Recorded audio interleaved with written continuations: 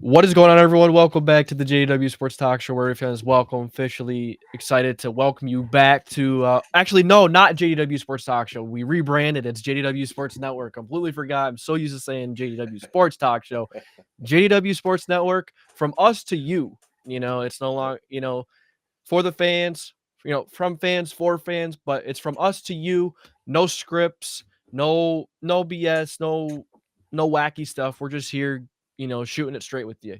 We're not big corporations looking for, money and, doing clicks for money, topics for money. We want to talk about what we want to talk about, real takes, authentic people, real people. No one hiding behind the corporate wall. We're here, want to talk some real sports with you. So we're here, ready to get rolling, and we're gonna start with some football. We're gonna start with all the different trades we got going on. All players are being thrown around in there for potential trade talks. We have Matthew Stafford staying in LA. Didn't really have any good spots to go to. And then we'll get into Travis Hunter, talk about Travis Hunter a little bit. McHenry's got a little bio written up in his side over there. And then we'll get into some Indiana basketball. And last but not least, we'll get into the pick of the day. So that's a treat of the day. So, all right, let's get the Matthew Stafford thing out of the way really fast. I mean, stayed in LA. Didn't really have a lot of good choices. I mean, we did talk about quite a bit of choices last week he could have went to. I mean, he had the Giants, he had the Giants, the Raiders. I thought the Vikings, you brought the Vikings, that would have been a really good spot, but their salary cap, not very good. But even the Jets, because the Jets are needing a quarterback at some point here. right. So then, how does this affect Aaron Rodgers as well? You know what I mean?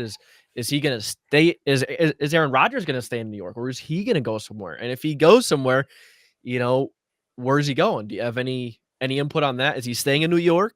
I just think he's moving. It sounds like to me, from Yeah. what I've heard. I haven't really looked into it closely, but Does he follow the exact path Brett Favre went? Is he going to go to Minnesota? Hey, it's looking kind of possible, but somebody always ends up needing a quarterback, man. Somebody's going to get hurt. Not everybody stays healthy. There's going to be an injury somewhere, and somebody will need a quarterback, and they'll pick him up. If he wants to play, he'll play somewhere. Exactly. So, yeah, like we said, Matthew Stafford didn't really have any good spots to go to other than Minnesota, and why at this age go to a whole new spot, learn a whole new team, learn a whole new system again at 38 years old? You don't have time to be doing all that. So why not stay where you are? Stay in a dome, stay where your players around you, the system around you. Why move? Yeah, maybe he's taking a little bit less money, but at the end of the day, you're going somewhere else. You're you're chasing that one last really good playoff runner ring.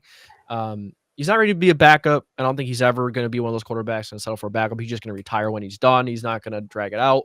But yeah, Matthew Stafford, not really any spots out there. You know what I mean? So he probably put feelers out there in the one or two teams that he was probably able to go to or wanted to go to, just did not want to do it for whatever reason or could not do it. And so he decided to stay, which I think was always the most likely scenario from the beginning. I didn't understand the whole concept because he doesn't have a whole lot of time. They're pretty good there. They've been making the playoffs. If they could bring in a free agent or hit a player or two in the draft, that team could get good real quick and they'd be right there. So, I think especially with it being an indoor stadium, I think for an older player that I think that's a good situation for him. You're not playing it in the outdoors where the wind and the rain and the snow is going to be affecting your throws and that kind of thing. So, or your achy old bones. Yeah, exactly. But yeah, I mean, he's in a pretty good situation. He's got a good coach. I mean, where else are you going to go? Like I said, there's maybe only 2 or 3 spots that he could even consider, and I doubt that was an option. It just looks like it wasn't. But right, so taking a little less money to stay right where he's at. So let's bring up a couple of trade guys have been thrown out there, trade rumors. A couple of guys here have been given permission to seek a trade, But some names are off the top of my head here, like wide receivers. You have DK Metcalf. He was thrown out there. I don't know if he leaves. He's such a good player, such a superstar. But you have Jackson Smith and Jigba coming up. He's playing really well. He kind of outpaced Metcalf last year. And then you have Lockett, 33 years old. He's still a darn good receiver. He's that veteran. He's that crafty veteran. He can get open. But he's not getting any younger.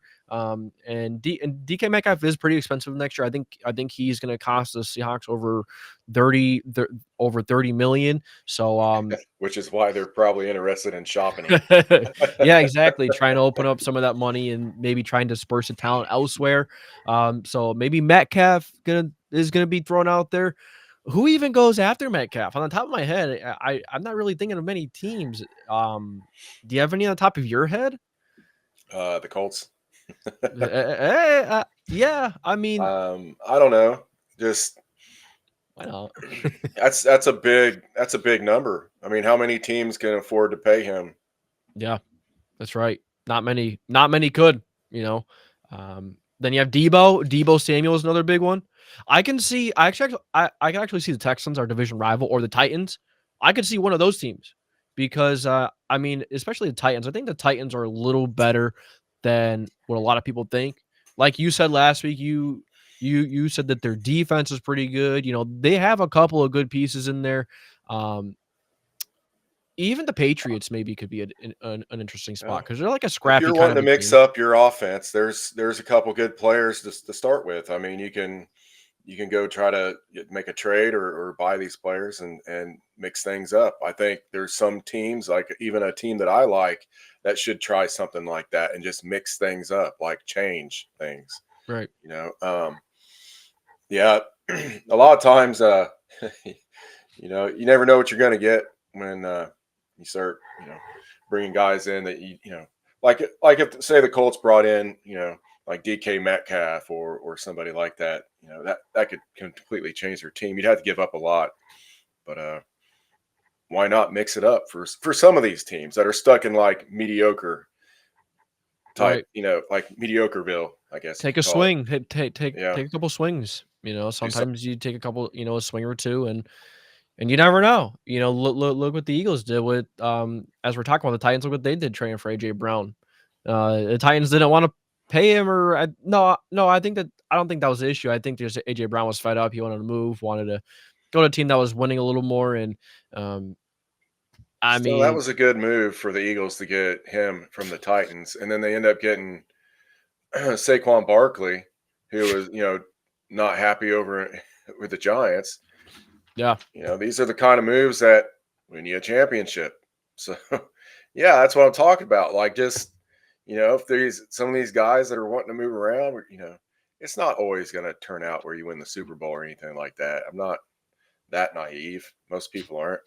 But if you're still stuck if you're not even a 500 team and you're stuck around being 500 every year, then why wouldn't you want to like just change something?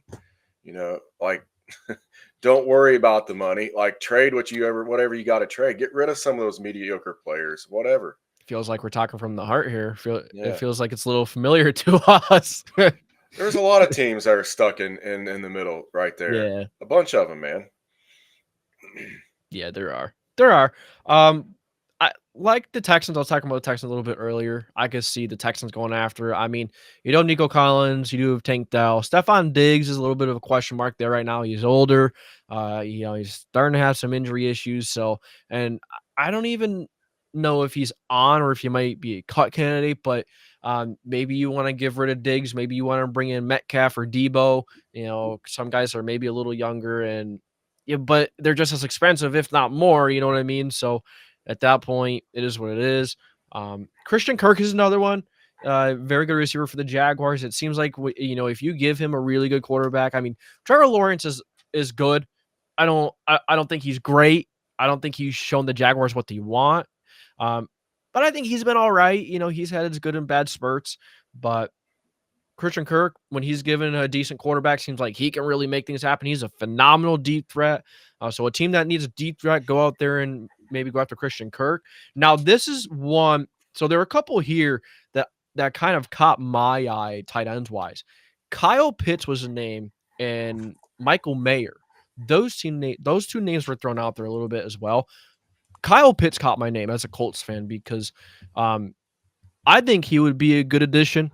I know he's not going to be on the rookie deal pretty soon, and I know he's going to want to be being paid, but the Falcons haven't used him right. He hasn't done much over there. I think the Colts are a really good team to go ahead and maybe trade for Kyle Pitts. They need a tight end. We're talking about them going in the draft and getting a tight end.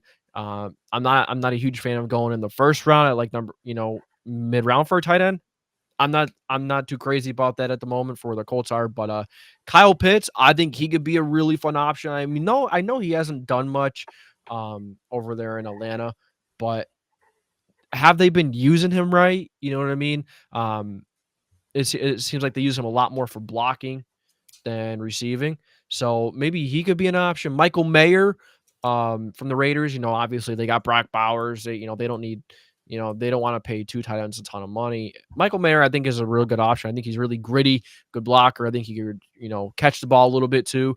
I think Michael Mayer would add a really nice edge to our tight end room. I think that's what our tight end room is missing. I think it's missing that edge. But those are a couple tight ends that I saw thrown out there. Michael Mayer and Kyle Pitts. You have anything on those guys? Yeah, Any thoughts? Kyle Pitts is interesting just because he's been in a situation where he hasn't had the best quarterback throwing him the ball, so kind of wonder if there's a little extra talent to squeeze out there, a little extra production, I guess. So he'd be interesting. None of those guys like really impress me. If you're gonna get down to it. Like a DK Metcalf is a game changer. If you can go get somebody like that, if he's available, I think you do whatever you got to do to go get the guy. Like he's the type of player that can win you a Super Bowl. Right. He's someone you can build around on offense. He's sure. big. He's fast. Yeah. He's Deebo Samuel is like probably I'd say, a step behind him. Production wasn't quite as good last year. I don't know if that continues, then that could end up being one of those situations where you pay a lot of money for a guy, then he comes in and he's not quite as productive as you were wanting him to be. But I think Metcalf is just he's off the charts, kind of talented and good. Yeah, Kupp is another guy. He's a game changer. Yeah, Kupp is another guy that's been thrown out there. He's older though. His production has dipped like Deebo. He's not on the same level as Metcalf. Metcalf's, like I said, he's an elite player. You don't find guys like that very often. No. He's big and nasty. Yeah. So would you? Quick question in there, quick little curveball I'm going to throw in there. Would you, if Michael Pittman was throwing that package, I'd say, yeah. See ya. Yeah, see ya. We'll take Metcalf. We love Pittman. He's been good here, but when there's an opportunity to get better, you get better. It's National Football League, not for long. It's a business. You know what I mean? So it's just about getting better. If you can do anything to get better, you trade. Exactly. So now that's the offensive side of things. There are a couple of defensive players here. One of note is Jair Alexander. I'm not sure if you've heard about the him. Hat. Hey, somebody come in finally. There we go. Man? What's up, man? Welcome to the stream. Appreciate you stopping by. Yeah. Where was I? Jair Alexander. He was a guy that has been his name has been thrown around there. We've heard that the Packers might be shopping him. That is another guy that the Colts can potentially go after. I know this is kind of just like a, going through the trade candidates, not really trying to talk about the Colts, but the Colts are coming to mind because that's a team I know pretty well. And I know that they need a cornerback like Jair Alexander. But he's another guy that's been thrown out there. It's another superstar kind of player. I heard, he's having some injury issues. He's having a couple of disputes over there. So he has some things going on, off the field, I guess. So maybe a little bit of luggage coming with him, but I mean, he's not a DK Metcalf. No, but I still think he's a player worth. I'm gonna keep saying that the whole show, by the way. But yeah, I still think he's a player definitely worth taking a look at. Two other guys that I had written down: Harold Landry and Jonathan Allen. Harold Landry is kind of like a linebacker, edge kind of hybrid, does a little bit Yeah, of both. I like Landry. He provides He's a solid player. he provides a lot of pressure. He could be fun. Jonathan Allen, I don't know how I feel about him, to be honest with you. I think our interior is okay for now, to be honest. Um, Other than that, those are really the big names out there. Are there any of those big names you think that could maybe go somewhere else? Like, oh, Myles Garrett. Myles Garrett is another guy I miss. He's been shopped. He's been someone that the Browns, I guess they don't want to pay him. So Myles Garrett is another really interesting option that could be shopped around the league. So there's some big names being thrown around there, but usually we see a lot of big names being thrown around there, and then ultimately they end up going back to where they don't end up going anywhere. It's kind of like the Right, Matthew right. Stafford Well, situation this as you gotta opposed to remember that these elite players cost a lot of money, and very few teams have the room and the space to take the player, let alone if the player even wants to go there. Um, is the place even is the town even a place the player wants to live? I mean, people don't exactly. think like they just look at it like it's not a video game. You know? Yeah, that's And it. that's why some players don't like some people like free agents don't come to Indianapolis. I mean, not everybody wants to live here in Indiana. Some people want to be on the coast. Some people want to be by a big city. Yeah. Um, some people want to be close to home. It just depends on the person, man. Some people don't care. No. Some No. people just want to go where the money's at. Yeah. Some players want to be like in Florida where the taxes are cheaper for their income taxes and stuff like that. It makes a big deal when you're making millions of dollars, man. Like that's hundreds of thousands of dollars in taxes. That does make a huge deal. That's you can go buy your mom a house with that. You know, so yeah, there's a lot of different things that people are thinking about beyond just where do I want to play football. Yeah. Um, families and lovers and all that kind of stuff, man. Kids, where do the kids want to go to school? Um, those kind of things, man. So Exactly. there's a lot into it. It's not like say like if somebody misses on a player, it's not always just the GM sucks because he couldn't get pay him enough money. Sometimes people just like you seen Hunter wanted to go to Houston last year, and it didn't matter how much somebody was going to pay him, as long as Houston could pay him enough, he was going to go there. It had nothing to do with how good of a deal you could make for him. Nothing at Yeah. all. He just wanted to go somewhere. Exactly. Um, yeah, man. And Some then players want to go somewhere where they're going to win. If they're getting older, especially. But yeah, what's up, Red Rat? Says, who do you think the Colts are taking in the first round? so it's seeming very likely it's going to be Tyler Warren or a cornerback. The Michigan cornerback is one.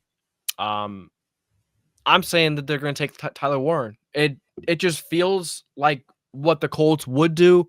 Feels like what Chris Ballard wants to do. Throw a little curveball in there. Abdul Carter has had foot injury or something. He's had surgery, and I guess he's going to be out for a period of time. He was expected to be possibly the number 1 overall pick. How far does he drop down? If he drops down to where the Colts are, does he drop down that far? I don't know.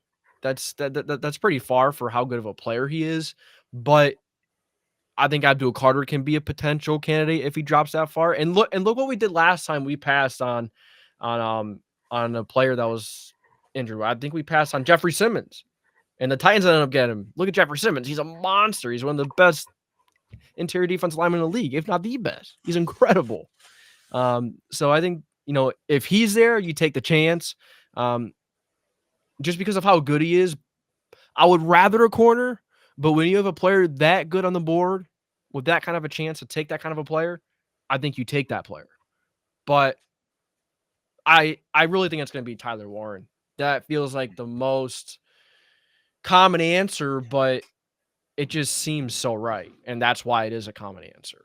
Yeah, that's kind of the what would you call it? The sweetheart pick of the media over here in Indiana in the Colts area. Um, I've seen Chris Ballard pretty much every year do something different than what everybody thinks he's going to do. So he always pretty much figures he finds somebody that he thinks like nobody else can has figured out, and he's probably going to do that, is what I assume. Yeah. So whatever you think he's going to do, he's probably going to do something different, and he's going to be like, "This is the best player in the draft." Yeah, that's whoever it is.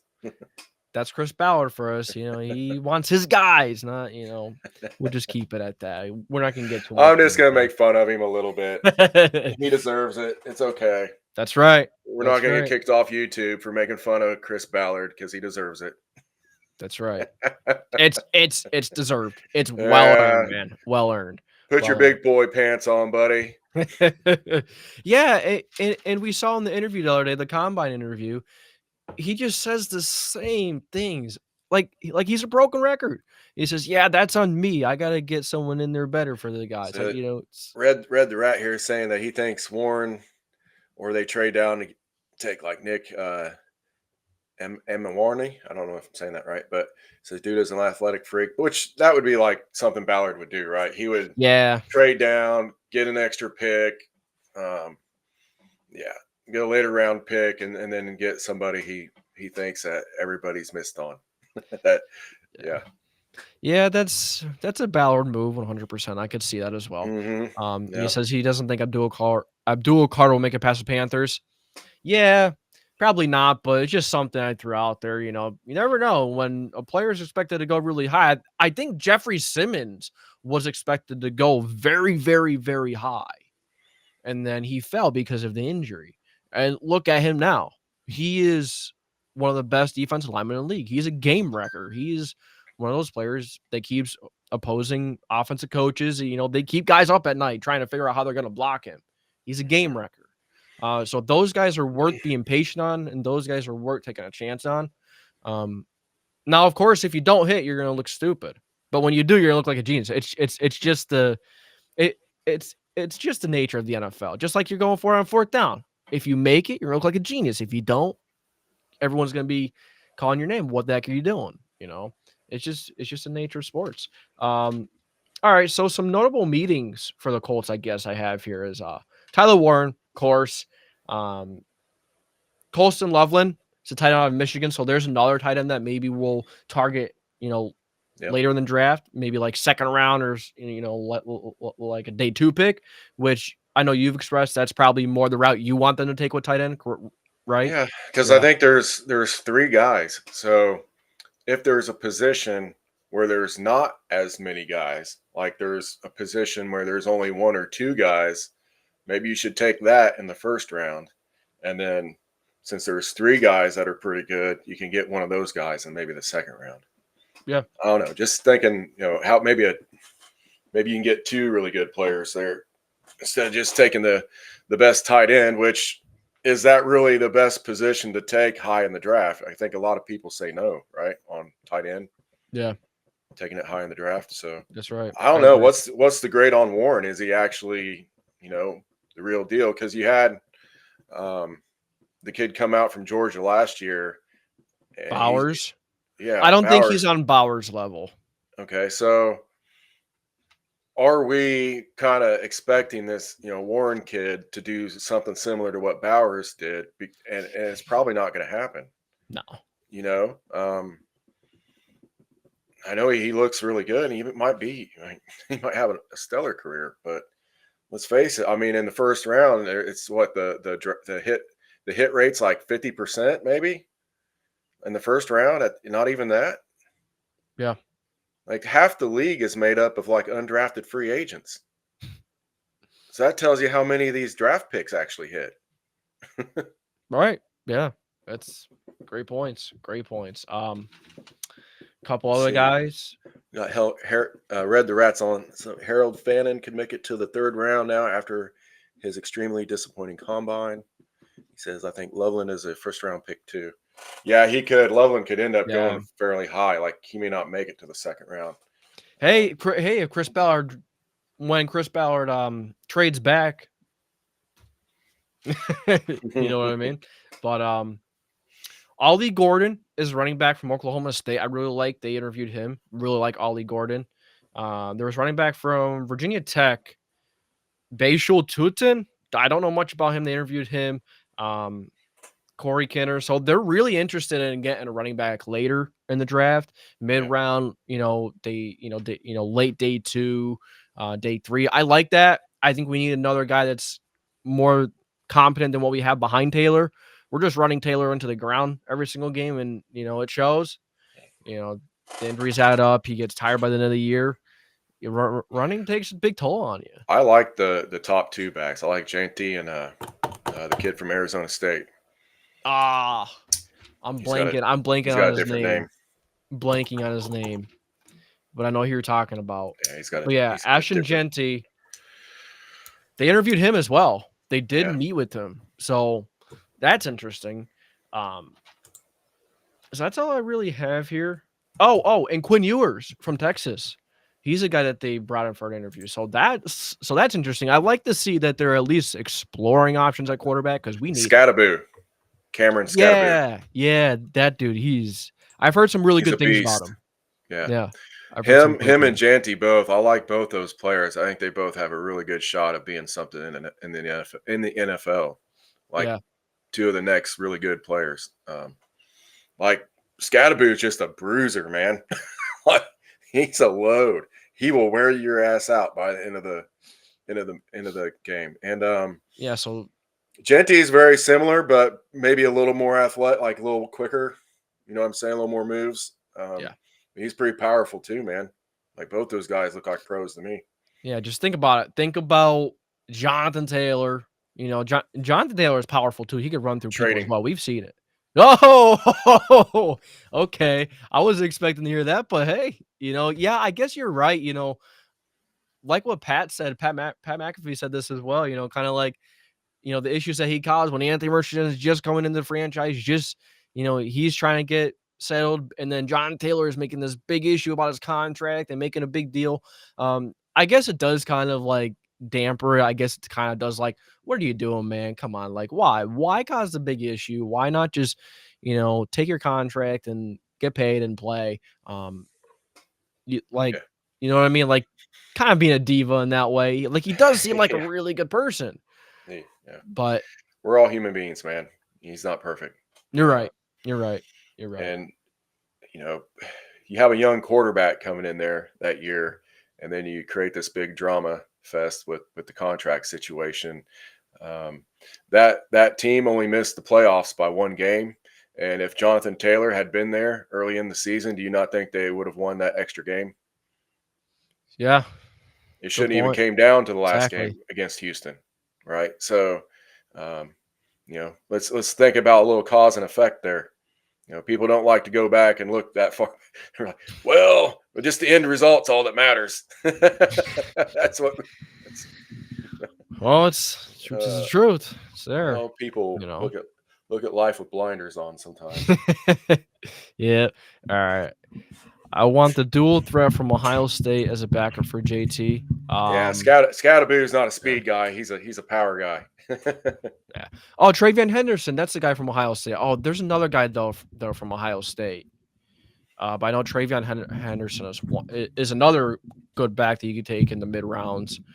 Scattaboo is a decent, but he runs a 4.6, 4.7. Yeah, but if he's a bruiser, man, bruisers don't typically run as fast. They're gonna wear you down. They're gonna, run you over.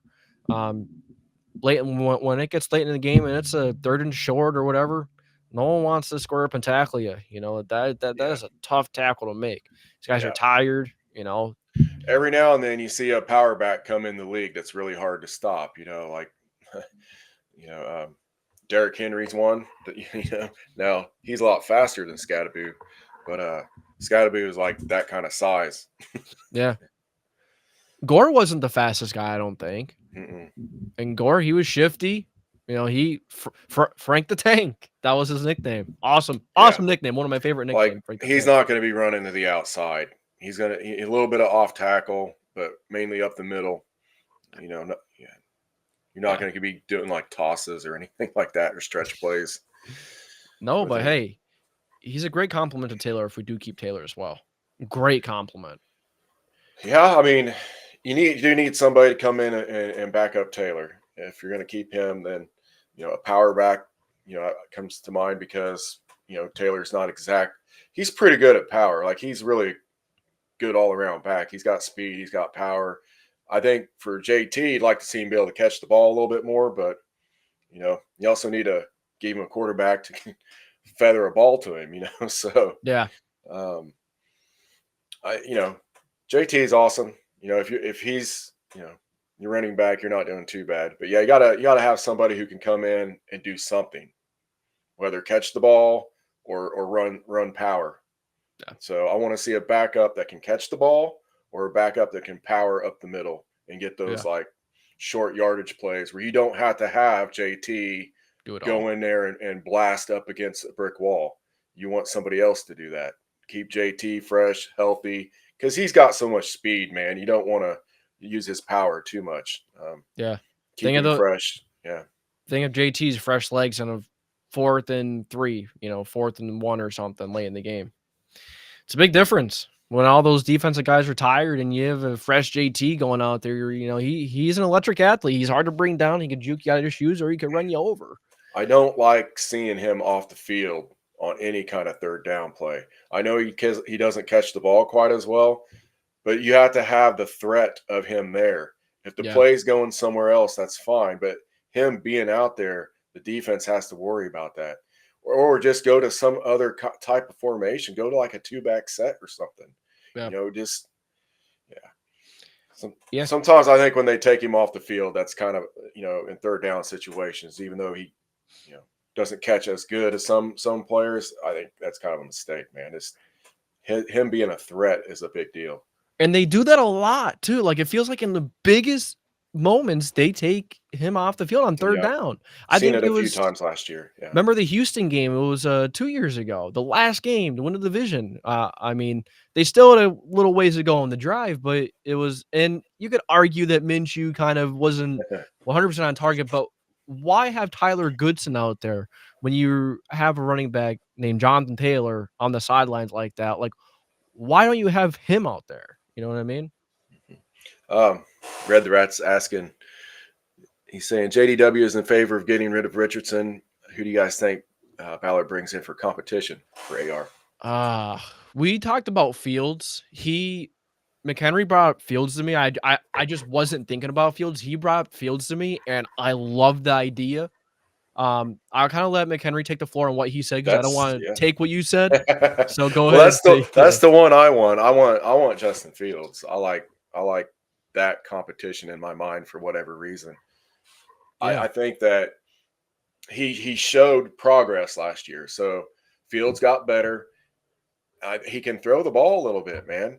Like, he can probably throw the ball better than Richardson. Yeah. And he can run a little. He's mobile. Like, he can do some of the same things. I would like to see the competition and see who comes out the winner. And then whoever the backup is, man, you've got a solid backup going into the season because most likely one of them guys is going to get hurt. So, just look at, a lot of teams have to play like a 2-back set, or they have a 2-back offense, right? Yeah. In this situation, not for every team, but in a situation like the Colts are in, if you bring in another running type quarterback, that's kind of what you're doing. You're doubling up on your QBs, kind of like you are your running back situation.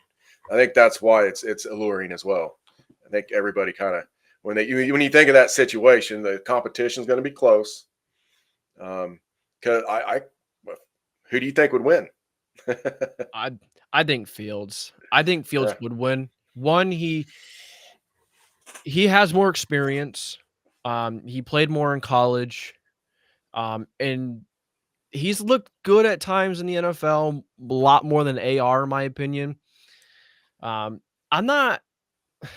been back and forth on Fields. I think Fields is very hard to judge as well as AR is, but I think there's more of a foundation there with Fields. Like, I think there's more something that you can build off of it. And, with AR, you could build off of something, but if I'm going to be 100% honest with you, I think Anthony Richardson is more suited for a Taysom Hill role.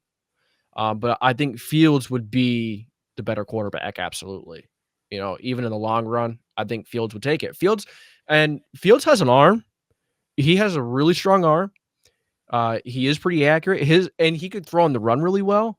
Uh, and he knows how to throw the football like not, like he knows how to put a touch on it. Like with AR, if it's it doesn't matter if it's 60 yards on the field or if it's 5 yards in front of him. He's just gonna dart the thing as hard as he could. Fields is a little better with that, and that's very important for when it comes to like the big downs. And one thing I will say that I do have to give Anthony Richardson big credit for is it seemed like in big moments, like towards the end of the games, it felt like he found a way to get the team in the end zone. It felt like he found a way to get the team to score, even though it was sloppy. That's one thing I will say about AR. It feels like Yeah.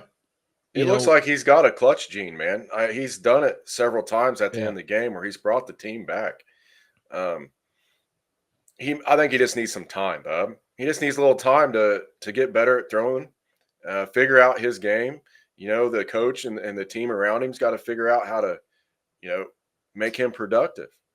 Like Red the Rat's saying, maybe he comes in at like a running back.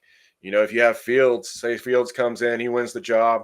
Well, now AR doesn't have to be completely out of the picture. He can come in as a running back who can throw the ball. That's awesome. How many that teams could. have that? Like a guy who can, like a running back who can throw the ball 60 yards. Yeah. I don't That's think it's a bad thing. no, Just that's you not. have to know how to use it right. Maybe you have to do something that's not been done before. Man, well, Yeah. that would really suck, wouldn't it? It's I am being sarcastic there, by the way. Um, he says, I think Fields is currently better because he can make the layups. Yes, layups. and has as much to do. Yeah, but think about that, man. Like if Fields is able to like do some of the feathering, that's why I talk like AR just laser shoots a laser every. It doesn't matter if he's guy's 5 yards away. He's Yeah. throwing a laser beam. Yeah, JT has a hard time catching it anyway. Like, and AR has a really hard ball to catch. That thing's Yeah. moving. It's sizzling on fire. Yeah, and a lot of people were complaining about the receivers last year. You get to always say it's both. It's a little bit of both, but like you said, AR didn't make a lot of the catches easy to make either. A lot of them were pretty difficult. A lot of them did I make. think A lot it's of them were something he success can learn, catches. though, Bub. Yeah. Like the throws we're talking about are not the hardest throws. Like he can make some of the hard ones, but what he's got to do is make those layups, like those Yeah. short throws. Like he's got to start feathering the ball in there. Now, hopefully, he's working on that this summer. Like if he gets better at that, like because he doesn't seem like he gets real nervous. Like when the game's on the line and stuff, he performs like normal. He does, Um, and I love that. yeah, I really do. For how yeah. young he is too, that's great. There's something there. It Yeah. really is. Now, man, we all look at it, we're like, man, but he can't throw those short ones. He can't, complete half his passes. It's like, Yeah. but I do think there is a possibility that these things that he's not good at are things that can get better. I'm just saying, right? Oh, Like you cannot teach the clutch gene. right. You cannot teach your heart being slow when things are on the line. And it looks like he's got that part, which is something to start with. Now, yeah, maybe he just needs some time. Maybe bring Fields in. That buys him a year or two where he can learn and get better. And then, yeah, and then even he can still come in and be a weapon. Like maybe you can still find a way to make him a weapon. I, I Sure. like I like that idea of bringing him in as like a running back too. Yeah, like what if Fields is the quarterback and then you've got a two back set with JT and AR. That just sounds absurd, but hey, you can do some crazy cool stuff And with that. Jelani Yeah. Woods comes back and starts playing better. Woo. I Actually think plays like Jelani a Woods good can be good. tight end. Yeah. Yeah. I think Jelani could be good. He's just had really bad roll of dice, to begin his career, man. It stinks, but Yeah, I hope he can stay healthy, like we say with a lot of players. But it does. It does. I mean, yeah, you can come in and get an injury or two and then not ever have an injury again. So yeah.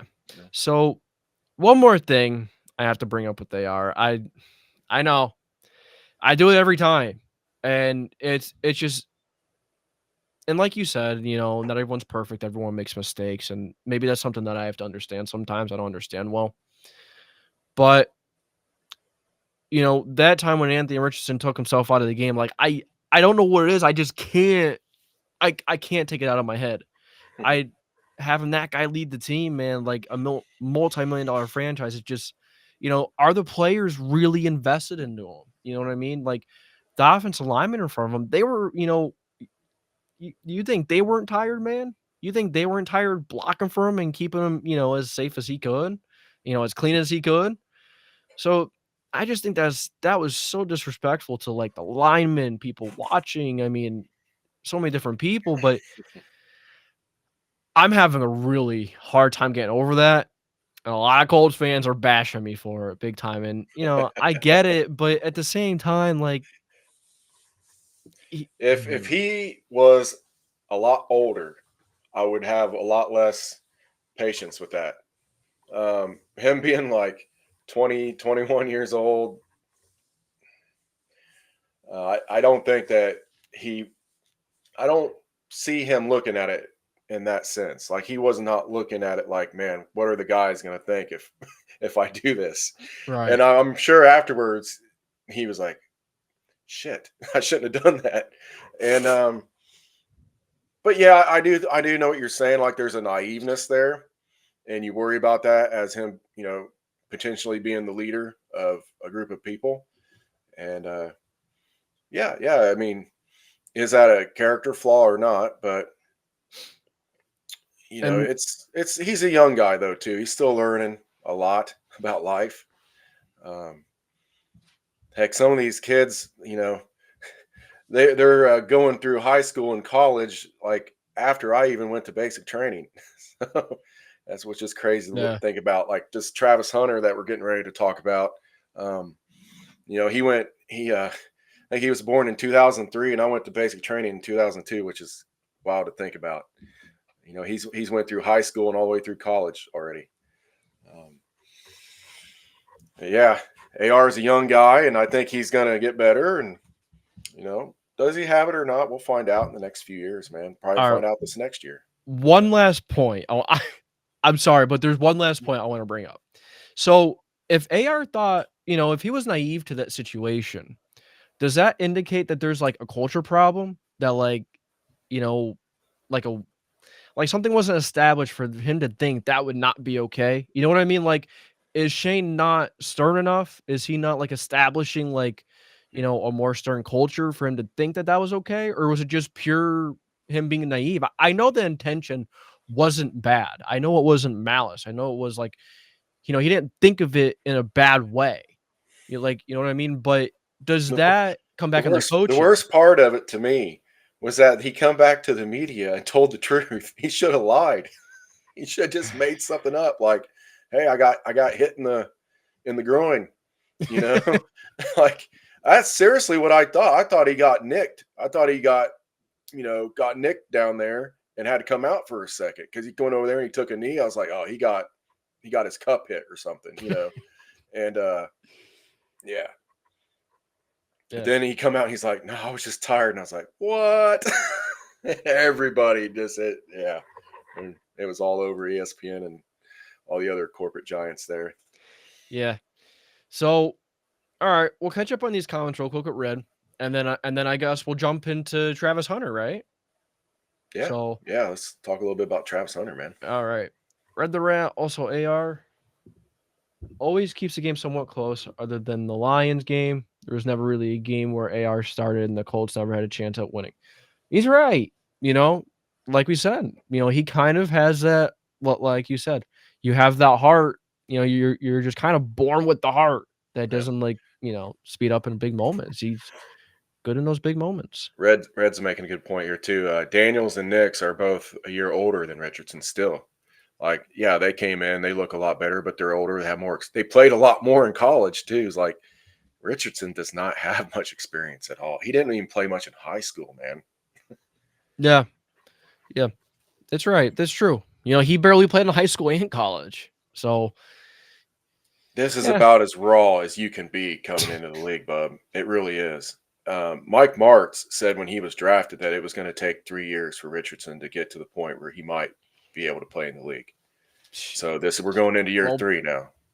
we'll be seeing now. It's getting to be the time where, all right, time for bigger improvements, time to show us a little bit more. Yeah. And the locker room, it needs a little leadership is what that Colts locker room needs. I mean, yeah, and there's some leaders in there, don't get me wrong, but there's some players in there too who think they're leaders and they're not. So get some of that stuff cleaned up. And AR also is what, a 21-year-old kid going into a locker room of grown men. Um, that's going to be hard to do at first, man. He's got to kind of earn his stripes. He's got to be in there for a little bit. I didn't like giving him the captain spot so early. Yeah, I mean, I'd say make him earn that. And there's also too many captains on the darn team. Like, not all those guys are captains. Like, you need like maybe 3 people who are legit captains, maybe on each side, and that's it. You don't need like 11 captains or something, Yeah. That's way too many. I think when you're in a situation like that, you don't know who the leader is. That's scary.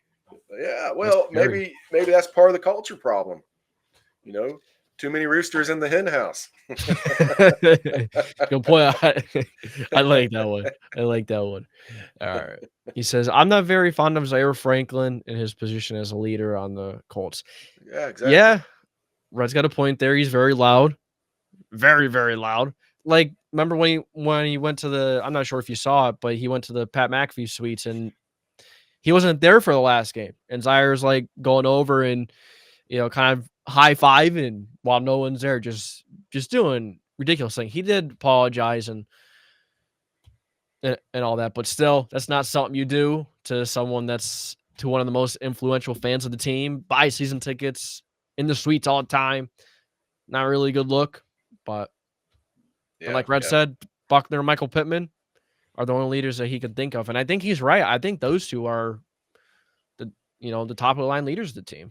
Kenny Moore's a good one. He's a good one. But yeah, after those 3, you're going to be hard to find anybody. So, yeah, like, I'm talking about true leadership, man. Yeah. There's being good enough. Like, some of these guys are awarded as captains because they're good players, not because they're leaders. Just because you're a good player doesn't make you a leader. It's good. It's a good quote.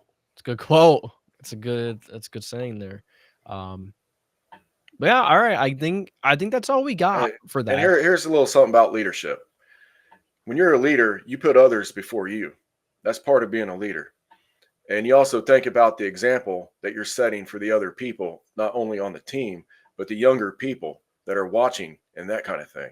And so when you're running around doing certain things, you're not being a leader. I'm not going to attack anybody personally here, right? Like, I'm not trying to be like that. But, there's things that some people could do to clean up and become better at what they're doing, just like all of us. So that's all I'm trying to say, man. There's some guys out there that are really good guys, really good players, and they could get better by being just better people, like a better leader. And that doesn't have to do with lifting weights, man. That doesn't have to do with tackling. This is like some of the easy stuff. This is like the layup stuff, man. That, like feathering the ball on a short pass. This should be easy, but for some people it's not. I mean, some people, they have a real hard time controlling themselves. It's, are you mentally strong enough to control your emotions? Can you set that example for the other people on the team and the younger people on the team? DeForest Buckner absolutely does it. Michael Pittman is a warrior. Kenny Moore is an absolute worker. He worked his tail off to get to where he is.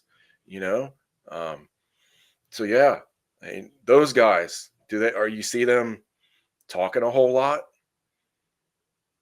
Do you see them rubbing it in other people's faces and stuff? They put their heads down and they fight and they work. Next play. That's what you want. Need more people. The Colts need to get more guys like that. Start filtering out some of these guys who don't act like that and start bringing in some people who do. I think if you just do that, you'll find your team's going to get a lot better, be solid. If you have a solid team that wants to play for each other and with each other. Yeah.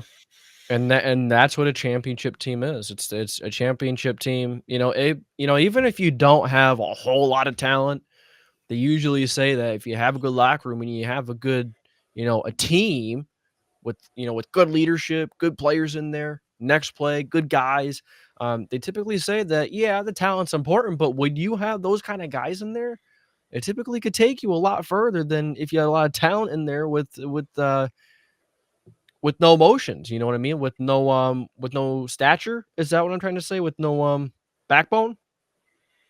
Yeah, Maybe not backbone, but yeah, I guess that's what I'm trying to get at. Yeah, you know, it's good stuff. It's good stuff. yeah. Good. I was reading some of what Red the Rat's saying here. He said Boyle to ask Warren about playing with Richardson. Um, Oh yeah, yeah, I saw that. I think Warren said something along the lines of, he'd be really excited to work with Richardson. He knows he's talented, knows he's a great quarterback and all that kind of thing he was saying, and it's good.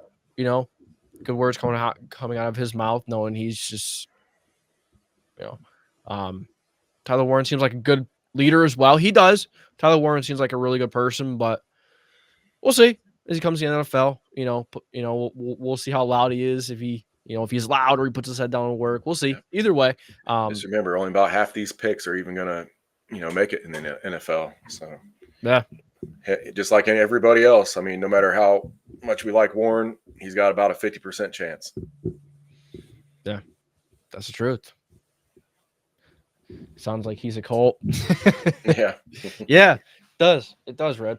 All right, I guess Travis Hunter time. sure. Yeah, so Travis Hunter, I just want to talk about him a little bit because he's one of the premier players coming out of the draft, man. We don't see somebody like this very often. This is a two-way guy.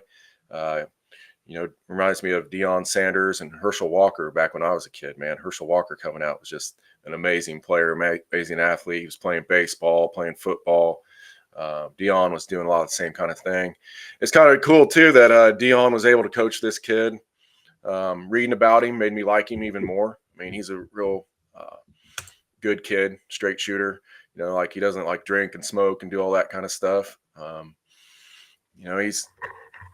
He was born in like 2003, like I was saying before. It's kind of wild to think about that some of these kids are coming out of college that were born after the time that I went to basic training back then. And then he played at Jackson State in Colorado, of course. Most people know that. And then won the Heisman this year, but he's the only player in college football history to win both the Chuck Bednarik Award and Fred Biletnikoff Awards. Wow. Which the Bednarik Award is like Defensive Player of the Year, and the Biletnikoff Award is the most outstanding receiver. So for a kid to win, both those in the same year is really, really awesome. Like I said, this has never been done before. He was born in Florida, and then he moved to Georgia in his early teens, and he attended Collins High School in Sewanee, Georgia. He's playing cornerback and wide receiver for the Eagles football team there. And as a sophomore, he led Gwinnett County with 7 interceptions and also recorded 49 receptions for 919 yards and 12 touchdowns on offense. As a junior, he caught 8 interceptions, had 51 tackles, in addition to catching 137 passes for 1,746 yards and 24 touchdowns, man. Wow. Yeah. He earned the Max Prep Georgia Player of the Year award. Also set the Gwinnett County single-season records in receptions, receiving yards, and receiving touchdowns, leading the Eagles to a 12-3 record and an appearance in the Class 7A state championship game. So as a senior, he recorded 76 receptions for 1,128 yards and 10 touchdowns, had 23 tackles, 4 interceptions, a forced fumble, all despite missing 5 games due to an ankle injury that year in the state championship. And in the state championship, he had 10 catches for 153 yards and a touchdown, as well as a forced fumble to cap off a perfect 15-0 record for Collin Hill's first state title in their school history. His final high school game, Hunter had 10 catches for 178 yards, 2 touchdowns, in a 40-36 defeat to the Washington State champions, Graham Kapowassin, I guess that's how you pronounce that, in the Geico State Championship Bowl Series. So he also broke the Georgia State record in career receiving touchdowns with 48, previously held by Braxton Hicks, and he played in the 2022 Polynesian Bowl, where he won the offensive MVP honors after recording 5 receptions for 54 yards. And he's won about every award you could think of. So like Heisman Trophy, Walter Camp Award, AP College Player of the Year, SN College Player of the Year. Chuck, we talked about the offensive and defensive award there. The Lott Trophy. He's a 2-time winning Paul Homburg winner. Unanimous All-American, consensus All-American, Big 12 Defensive Player of the Year. Yeah, just on and on and on, man. It's like reading a book, man. Mm-hmm. It's like reading a short story. All the stuff he's got going on from. But, I like how we were just talking about leadership and all that. Like you were saying, he was a good kid. All that stuff that he's done, he could easily be, cocky and, and be this big bad, you know what I mean? But no, from what I'm hearing, from what you're saying, he's pretty much a good kid, and that's impressive. You see a lot of these guys who are very talented, and the good old saying of, hard work beats talent when talent isn't working hard. But he's got both, hard work and talent. When you combine both those, man, I mean, you have the recipe for a superstar. He has an endurance level that not many football players have. He has an endurance level that's more like a cross-country runner. Like wide receiver and corner. Yeah. If you look at his measurables, he's 6'1", 165 pounds. Well, that was back when he was recruiting. I think he's 185 now. So we bulked up. When he came in, he was 6'1", 165. He's put on 20 pounds in the last 4 years. So he's 185 now. So he's kind of like he's a little slender, a little lightweight, I guess. Kind of taller, got a little bit of height, but that his weight, I think, is what helps him in his endurance, right? Like his build. His build is very much like he's a runner and an endurance type guy. And like I said, a lot of football players are not built like that, man. A lot of football players they'll have like speed or burst, like quickness, like 100-yard dash speed and stuff like that, right? 40-yard dash speed. This kid can run fast and run fast all day long. Yeah. Crazy. Yeah. So fun question to throw out there then. If let's say he turns out at both positions, he's playing really good at both positions. Say, hey, we need you at wide receiver this game. We need you at cornerback this game. Let's say something crazy like that happens. Say he starts the season as a receiver. Phenomenal. Great receiver. Say, a cornerback goes down, star cornerback goes down on the defense. Okay, go play corner rest of the year. We have good depth wide receiver. If he's playing 2 different positions, what does contract talks look like? Like, does he get paid that much more because he could play 2 positions? I think so. I think it would be warranted having a player that can play 2 different positions. Now, like I said, this is kind of like what if he can play both at a high level, which we know he could in college. In the NFL, it's a little different. I would like to see him perfect one and kind of like master one instead of like go back and forth between 2. But hey, if he could do both, he could do both. But let's say he does both very well at a very high level and he at a great or elite level. How do you think that affects his contract talks? Like, does he get paid like a quarterback being able to play 2 possessions, not even like in both of those positions, wide receiver and corner, they're both pretty much premier positions on top of it. So he's going to get paid more for sure. Right. So does he get paid like a quarterback? If you're playing 2 positions makes you more valuable. So yeah, you're going to make more money. Are you going to get paid twice as much? I doubt that. But you're going to get paid a lot more money. Your contract's going to be better. Right. You'll be one of the highest paid players in the league probably. Yeah, and I think too. Like I was talking about Herschel Walker and Deion Sanders earlier, like those guys would play football and then go play a baseball game. So why can't a player play 2 different positions on football? Right. And if he can play both positions at an elite level, that makes him extremely valuable. Now you drafted one player and he's able to hold down 2 different positions on your team. You don't have anybody like that in NFL. Like that's and maybe you have some like linemen who play different positions. So I could, Yeah. throw those guys in the mix. But when you're talking about some of the outside type skill players, and how many guys are doing that? It's a good question. Like nobody knows right now what he's going to be able to do because it just depends on how good he is at these when he comes in and plays. Is he going to be able to do both? But I say let him start playing both right off the bat, see how he does, and then eventually you're either going to see him get better at one or the other, or he's going to be good enough to play both, or he's not. He'll be out of the league. But it's something interesting to watch. There's a couple things I do worry about. I'm not downplaying how talented he is or anything like that. One thing is endurance.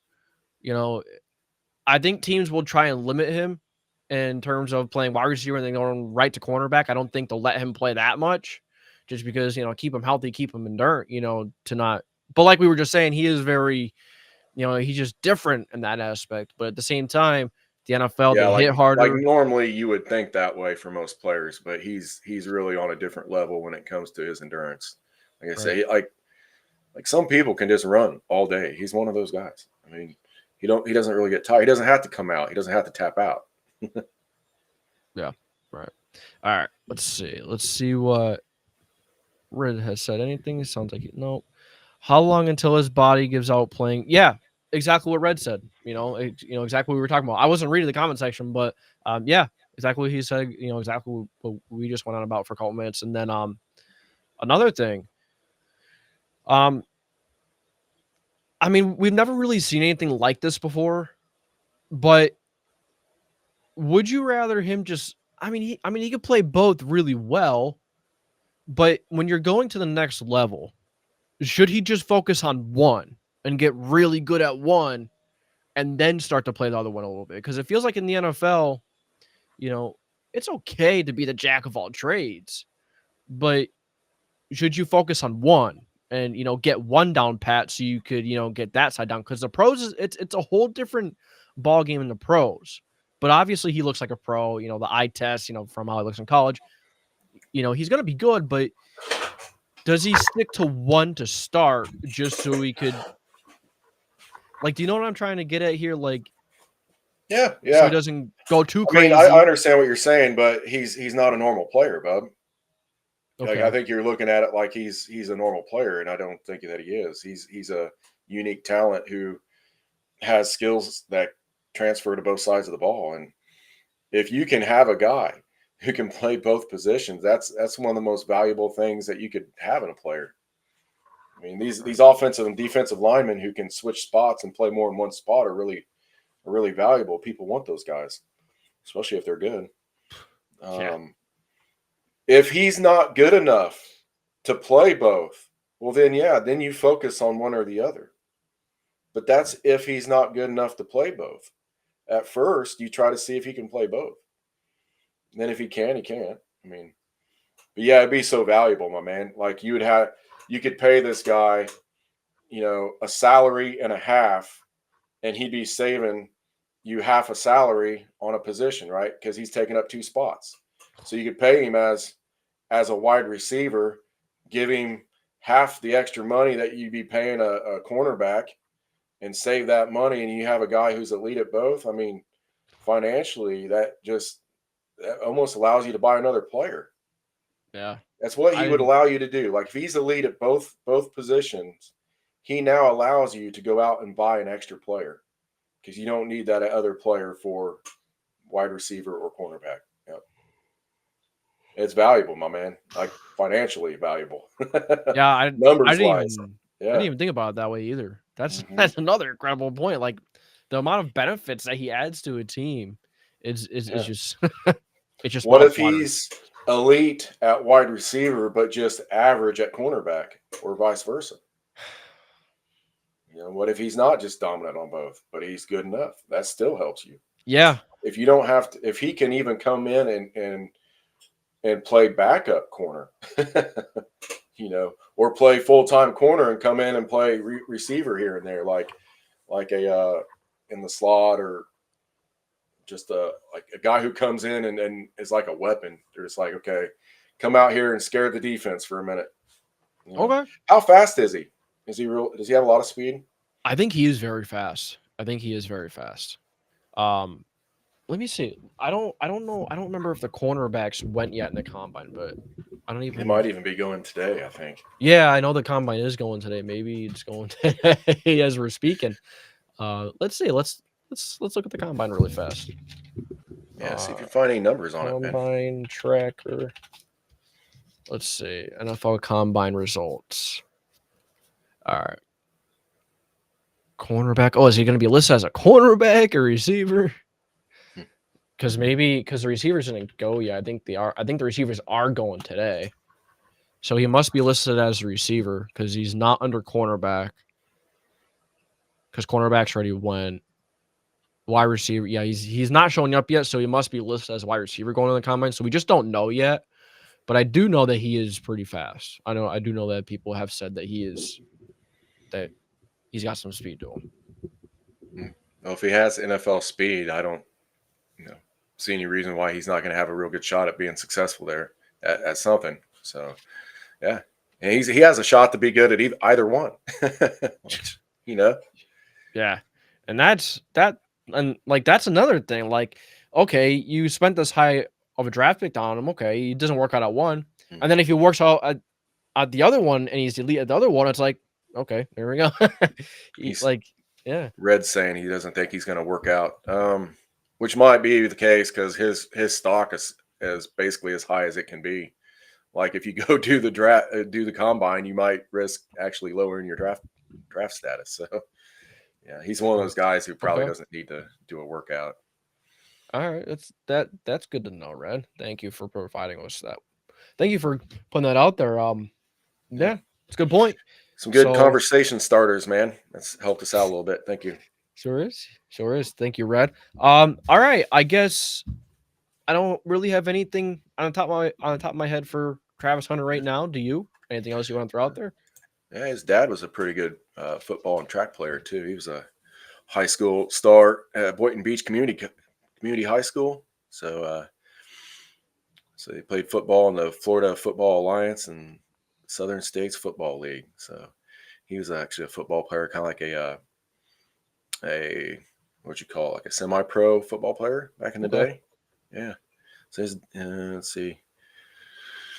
Yeah. So he comes from a family of football players. Yeah, good kid, come from a good family. Yeah, looking forward to seeing what he can do, my man. Yeah. Let's move on to something else. You ready to talk about some basketball?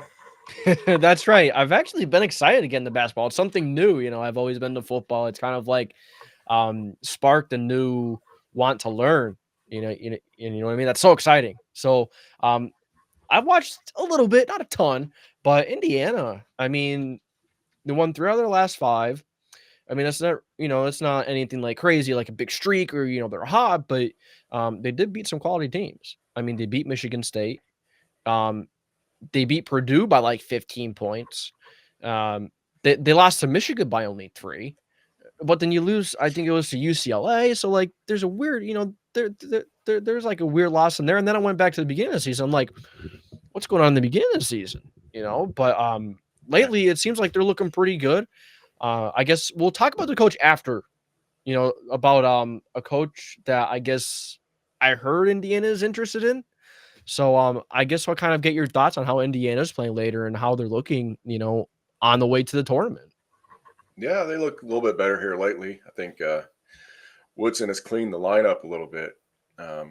He's playing 2 bigs together a lot early in the season, and here lately he's kind of went to just playing 1 big at a time, and that seems to have helped the flow of the team. So if they can continue to do that and play this little bit better brand of defense they've been playing here lately, then I think they can get enough wins together to make the tournament. They're a talented team. I mean, physically they match up against against just about anybody in the country. Umar Ballo's a big center who can cause problems down low. He's a load. They have a lot of athletes and guys who are quick. Probably lacking in the shooting department. We have a little trouble hitting the three ball sometimes, but we're getting better at that. We have a couple players who can hit the threes, but yeah, playing better here lately. And I think they're coming together a little bit at the right time. So hopefully, if they can win a couple more games and then win a game in the Big Ten tournament, I think they will be in the big dance. So, and then anything can happen. It's one of those weird teams where this team could not make the tournament, or they could like turn around and do something crazy and get to like the Sweet 16 or further. Like they are talented enough to get that far, but we'll see. A lot of it depends on who they play and at what time. And yeah, you never know. I mean, some teams catch lightning in a bottle and just go on a tear. Seeing it, it'd be like the most unexpected thing to happen, but it could. Yeah. They are one of those teams. So I would say that, there's such a swing in their mentality sometimes. It's like, man, they could really hit the floor and not get in the tournament at all and really just crap the bed here in the last few games, or they could go on a run and surprise everybody and just do something that nobody even expected them to do. So I hope they do. I mean, I never root against Indiana to do good things. I'm not real, optimistic about the situation, but I do hope that they send Coach Woodson out on a good note, man. I really do. Like, make the tournament, do something, send him out, like, just save his legacy, because I think as a player, like his legacy will be fine. It's just people are not happy with what's going on at the moment. But when the years pass and people look back on everything, we'll be just fine with Mike Woodson and what he's done with IU basketball. It's just people aren't happy with the coaching at the moment. So, but yeah, I mean, yeah, they're an interesting team. Little Dr. Jekyll and Mr. Hyde there, kind of. Yeah. Yeah, you never know. There's always that team that makes a tournament or makes even the playoffs in another sport, and they surprise, they win a game or two, or they make a deep playoff run or deep tournament run, and it's like, okay, interesting, Somebody makes a and deep that makes run it every year. exciting too. Yeah. I feel like when your expectations and your hopes are low, and then your team plays well, that's the best feeling, because when your expectations are high, it's more stressful. It's more like, okay, we aren't playing well. Okay, we lost this game, we lost that game. I feel like you get a lot more picky, but I think when you're the underdog and you're not expecting much, it's a much more enjoyable and fun ride, because you don't expect it. You don't necessarily expect it. But when your team is top of the line and you're expecting them to do really good, I mean, they it's kind of like, and they don't perform exactly to what you're thinking, or close to it. It's like, what are we doing? Why are we doing this? It's more frustrating. Like you know what I'm getting at there? Like, Oh yeah. yeah, Yeah. Just you got to have a championship mentality, my man. You got to want those big moments, and you got to want to play in those games. that's right. And that's part of making a good culture. When the culture's right, you just set those expectations, and the lofty expectations don't make you nervous because you expect to be there. And then when you put in the hard work and things like that, then your confidence is high because you've put in the work, and then that gives you that confidence in the back of your mind that, hey, I've done everything I can do to prepare. I want to win, and that's when you get a good team, man. Get a group of guys thinking like that on the same wavelength, man. It becomes a really cool thing. Tough to beat. Yeah, Tough to stop. Yeah. So the coaching situation, I think it was on Indiana Hoosiers Sports Illustrated. They were saying that Indiana's interested in Creighton's head coach, and Greg McDermott. I heard he's a very good head coach over there. I'm like I said, I'm not crazy into basketball. I'm just like starting to get my way into there. But I've heard from the article, he's a very good coach. He was like the most winningest coach over there, I think. Don't quote me. But he was a very good head coach over there, and his offense is very like modern. Like, I don't really know what a modern offense looks like in basketball, other than maybe like just just 3-pointers. That's maybe yeah. what Shooting from the outside a lot yeah. more than Yeah. they used to. It's not dominated by big guys in the middle as much anymore.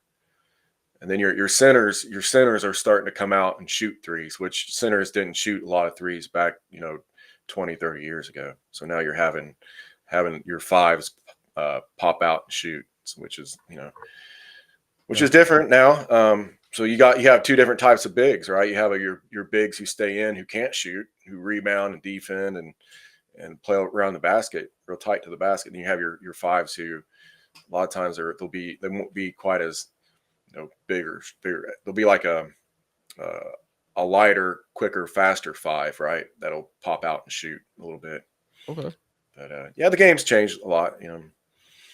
There's and Indiana has issues with that. I think they you're not able to shoot threes as efficiently as they would like to, and then they have a couple big guys who they like to play. So they play kind of old school a little bit.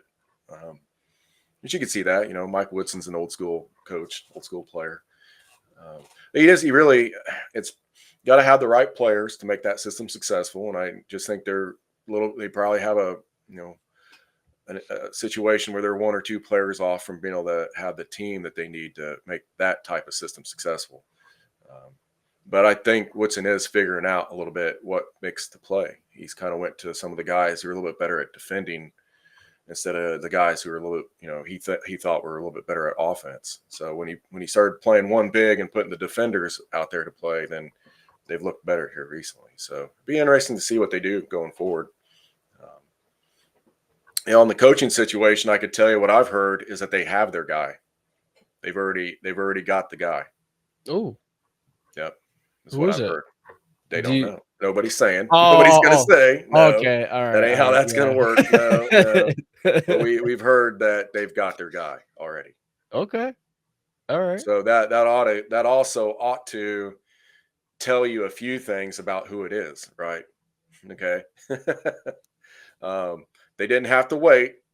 They didn't have to wait till the last minute. If they already have their guy, then it was somebody they wanted. It wasn't somebody that they didn't have to wait till the last minute and just pick whoever was still there. Like they got somebody they wanted, whoever they got. Okay. All right. I'm excited. Mm-hmm. I'm excited to pay attention and see who it is. You're not ever going to hear a name like with Woodson still being there. They respect him. He's an ex-player. They're not going to take a crap on Woodson. They're going to, everything's going to be tight. Nobody's going to know until after the season's done, and then they'll release it. But yeah, I heard they got their guy. So, which makes me happy because I feel like it's not a situation where like two or three people said no and you're scrambling to get the last guy on your list. I feel like whoever they want, one of the guys they wanted said yes. Yeah. Whoever that is. And I don't know, it could be, it could surprise people and it could be what people just thought it was. It could be like Chris Beard. I threw out the name Dane Fife because Dane Fife was technically the coach in waiting with Woodson when Woodson first got hired. But then Woodson and him did not get along, so Dane ended up leaving the job. But he stuck around Bloomington, so he kept his family around Bloomington and lives there. And so we were kind of wondering if he had done that for a reason, right? Like he was like, hey, well, maybe I'll have a chance at this job. So he's a candidate, probably less well known, but yeah, whatever they're doing, whatever plan they had. It went according to their plan because they've got their guy already. They didn't have to wait till the tournament was over. They didn't have to wait till whoever it was got done in the tournament because sometimes you have to wait till they stop playing or something. So, yeah, I gotcha. Yeah, I guess we'll see. Speaking of underdogs, no, never mind. I'm not gonna bring that up. But yeah. How about this question? What's up? You guys believe college basketball is better than NBA currently? Ooh. I don't really know. I don't think I could really give an opinion, but this is kind of like a newbie opinion. I'll say yes because that's what I know more of. Like you know what I mean?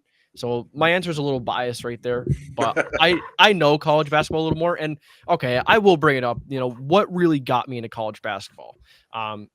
Couple years ago, Years ago. It was I've always liked Syracuse, but I think I'm starting to like switch to Indiana just because like getting into it, you're kind of getting me into it. So like I think I'm kind of like switching to Indiana. Like I don't know if I want to switch, but Syracuse a couple years ago, they were like big underdog. They barely made the tournament, and I think it was, and they went in, they won a couple games. They got to like the Sweet 16. It was crazy, and that's what like really got me into like the whole college basketball thing, like watching them. And I think it was like their scheme was very unique under, I think it was Jim Boeheim, Jim. uh, Boheim. yeah. There we go. I think it was like Yeah, I was just looking at some picks today, and I was going to take NBA pick with the Kings at the Rockets. I'm going to go over 228.5. Um, the Rockets and the Kings, neither one of them play a lot of defense, so there probably should be some points scored in this game. The total's kind of high, but it's they're always scoring points in the NBA.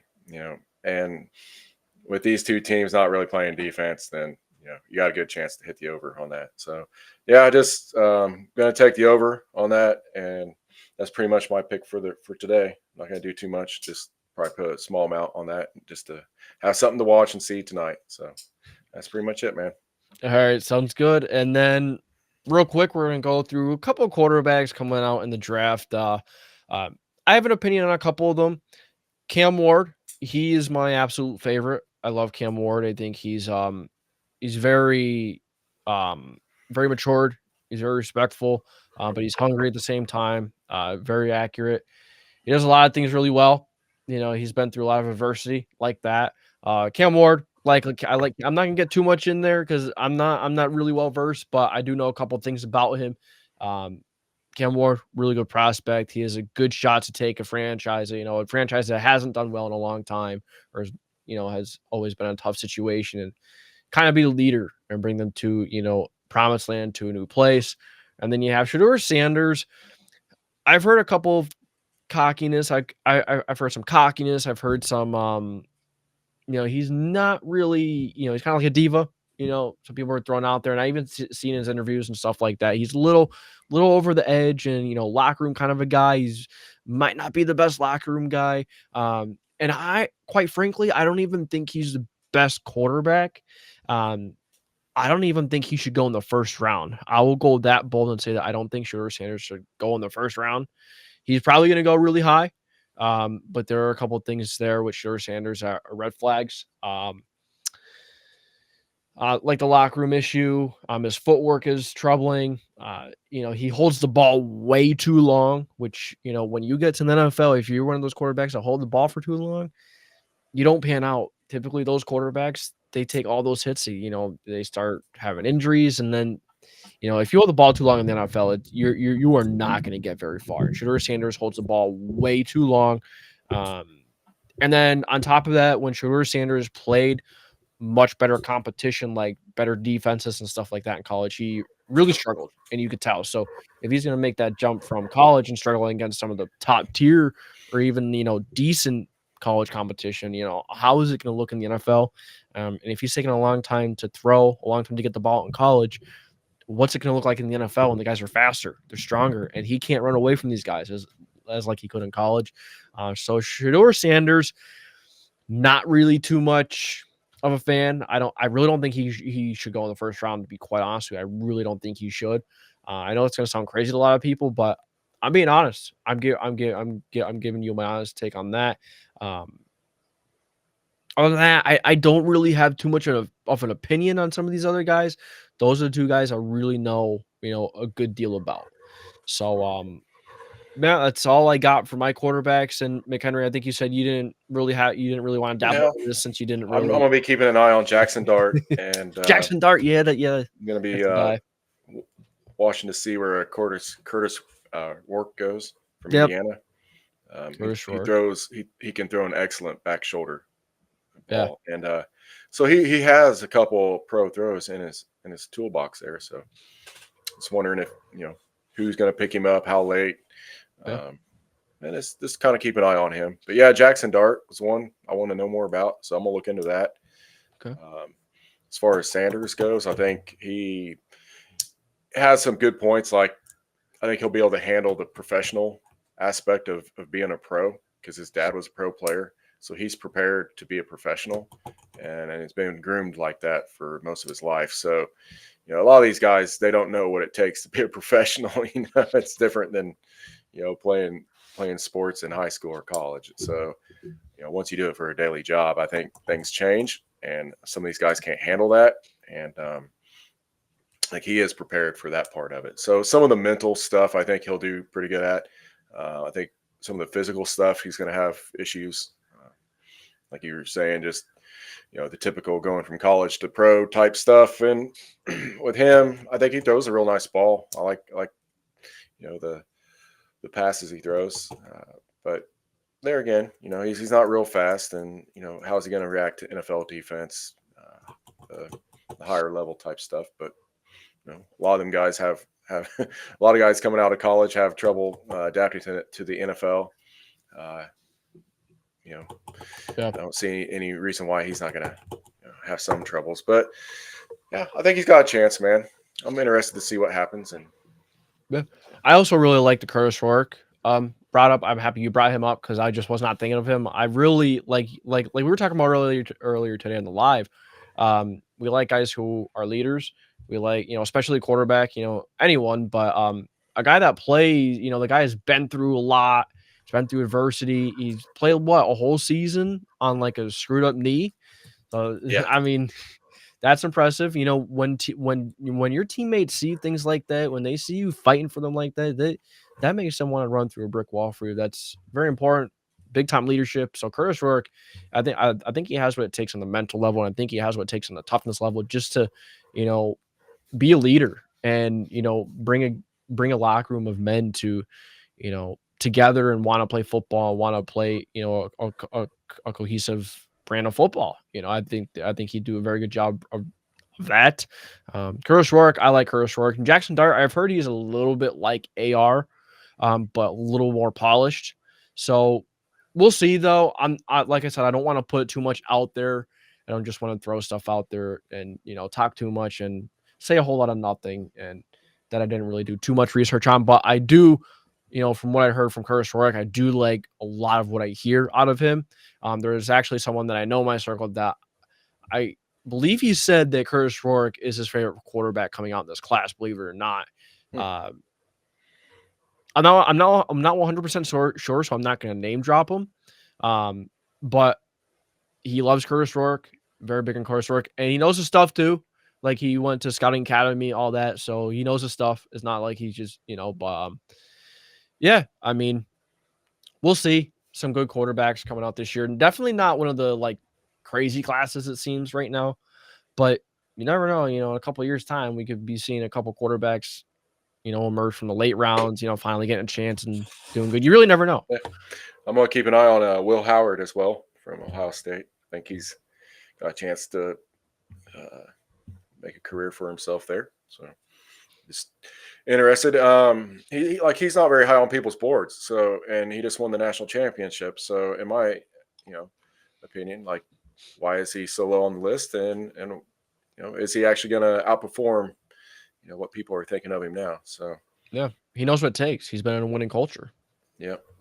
Yeah. I like some of his, he's a tall kid, smart kid.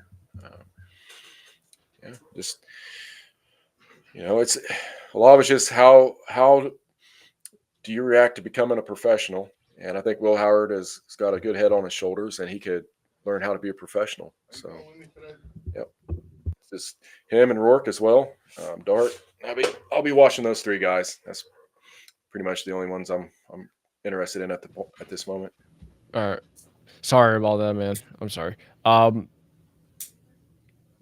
all right, sounds good. Will Howard, yeah, he's another guy to definitely keep an eye on, winning culture. But yeah, I think that's really all we got for the quarterbacks, right? Yeah, for now. We'll look deeper into them as the draft gets closer.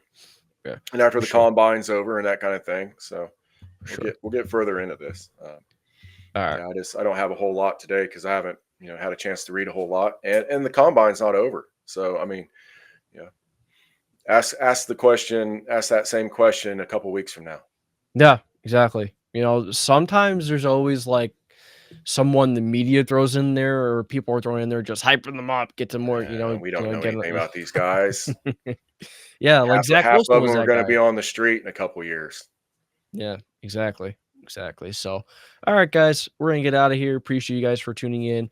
Yeah, you guys have a good day. JDW Sports Network. I almost did it. JDW Sports Network. Thank you guys for tuning in. From us to you. Thank you, McHenry, for coming on once again. And I will see you guys later. Peace out.